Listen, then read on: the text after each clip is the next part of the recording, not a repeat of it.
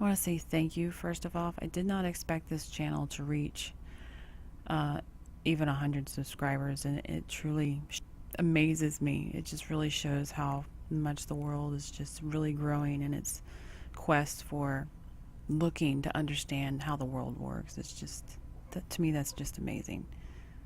And I really appreciate all of you. Thank you so much. So let's get started. We're going to do Comey, and we're going to do Trey Gowdy's interview him. So Chevette's was the only long one. All the others are just a few minutes. So it'll go much, much faster now. Let's get started. Trey Gowdy just asked him, did he interview everyone, especially the ones that were the source of the classified information? Did he interview those people? Did it be the people that originated sending out the classified information? Because in interviewing them, you would ask them, were these the ones that got told to do this? Email to, number one, determine whether or not that originator had a conversation with the secretary herself. A handful of people who the team decided. All right, he's opened up and now he's going to talk. And there was a handful.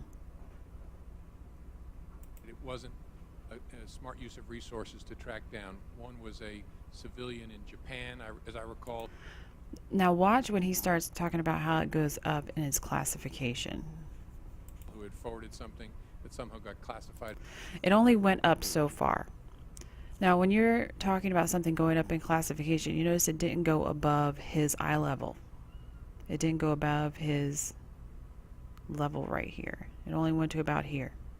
So it was highly classified to us civilians, but to him, whatever it was, didn't go above him. As it went up, and the Now watch as this one goes. other were a group of low-level State Department people deployed around the world who had written things that ended up being. That went above his eye level. Now in both instances, he's talking about the classification didn't go up or didn't start out classified. It went up as time goes by. That we do not have. Okay, I'll go back and check. My goal is maximum transparency, consistent with our obligations under the law. Like maximum transparency consistent with his transparency under the law. See if I can get it to go back, because his body agrees with that statement. He's very truthful in that. My goal is maximum transparency. Head shaking yes. Consistent with our obligations Yes. under the law. I'll check on that. Our obligations under the law. So yes, I'm going to be maximum transparent. Our obligations under the law. And that is why he's still closed off as he's saying that. Yes, maximum transparency, but still closed off. Under the law. You have to be able to prove beyond a reasonable doubt a general awareness of the unlawfulness of your conduct. You knew you were doing something you shouldn't do. And then, obviously that's on the face of the statute itself. Then you need to consider, so who else has been prosecuted and what circumstances, because it's all about prosecutorial judgment. But those two. Now we're watching that. And I want you to, I hope you have noticed how relaxed his facial expression is as he describing what would it have taken to prosecute Hillary Clinton. And he's describing it, and he's very open in his description of what would it have taken to prosecute her, and he's very relaxed about it. Let's continue to listen. Things would be the key questions. Oh, we went back to the squint.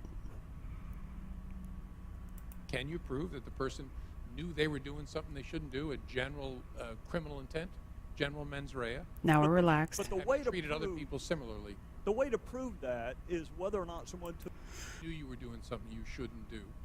And then, obviously that's on the face of the statute itself. Then you need to consider. You see how open he's taking up so much space as he speaks? So who else has been prosecuted and what circumstances? Because it's all about prosecutorial judgment. But those two things would be the key. And then he squints. And those two things would be the key in determining if you would prosecute or not. And then he squints.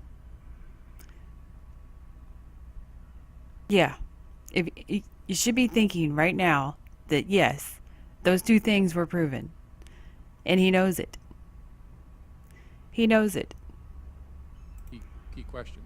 Can you prove that the person knew they were doing something they shouldn't do, a general criminal intent, general mens rea, But the and way have to treated other prove people similarly? the way to prove that is whether or not someone took steps to conceal or destroy what they've done. That is the best evidence you have that they knew it was wrong, that they lied about it. It's very good evidence.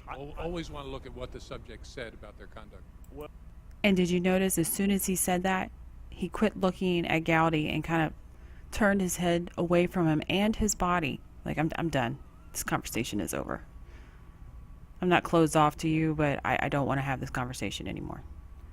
Because his body has already told on him and said that, yeah, we've proven those two things and we didn't prosecute her. Yes. I hope someday when this political craze is over, you will look back again on this, because this is the FBI you know and love. This was done by pros in the right way. That's the part I have no patience for.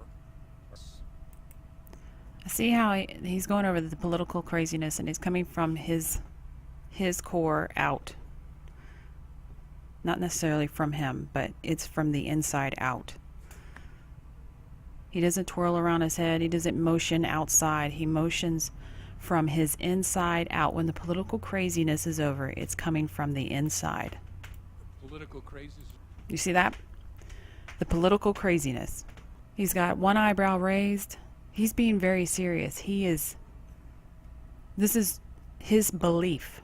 The political craziness coming from the inside. It's irritated him to no end. That is that face. Eyebrow raised. This muscle in the face. It's bringing down. Again on this, because this is the FBI you know and love.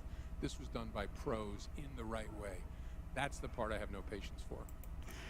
This is the FBI you know and love. And he emphasized on that. It's kind of like a secret language, or a secret, not a language, secret message that he was trying to portray. This is the FBI you know and love. Like, I'm trying to tell you. I'm trying to tell you something, Gowdy. Listen to me. Listen to my face. He's very, very much. It's the political craziness from the inside. That's your biggest tell right there. But he has to get himself away from the situation, so watch his butt.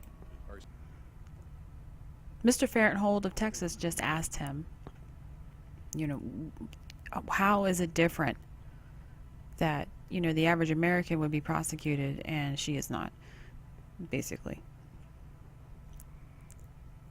My response is, demand, when people tell you, Like this. He holds his fingers together. Hold his fingers together. Demand. Demand. It's like he's holding a piece of paper. He's holding paper. that others have been treated differently, demand from a trustworthy source the details of those cases. Because I'm a very aggressive investigator. I was a very aggressive prosecutor. I have gone back through 40 years of cases, and I'm telling you, under oath, that to prosecute on these facts would be a double standard. Now, this is where the WikiLeaks and everything comes in real handy, because he's being very truthful. When he says he went over 40 years, and it would be a double standard, he's being very serious, and he's holding paper. Remember that he's holding paper, the other facts. And all I can think of when he kept doing that, I was like, he's referring to something. I just can't see it because I don't know it yet. But the only thing that makes sense, and this as time goes on we'll know for sure, is I could think now WikiLeaks. But it would be a double standard. And what have we learned? Because they all do it. You cannot prosecute Hillary Clinton for the crime if all of them are doing it, the exact same thing.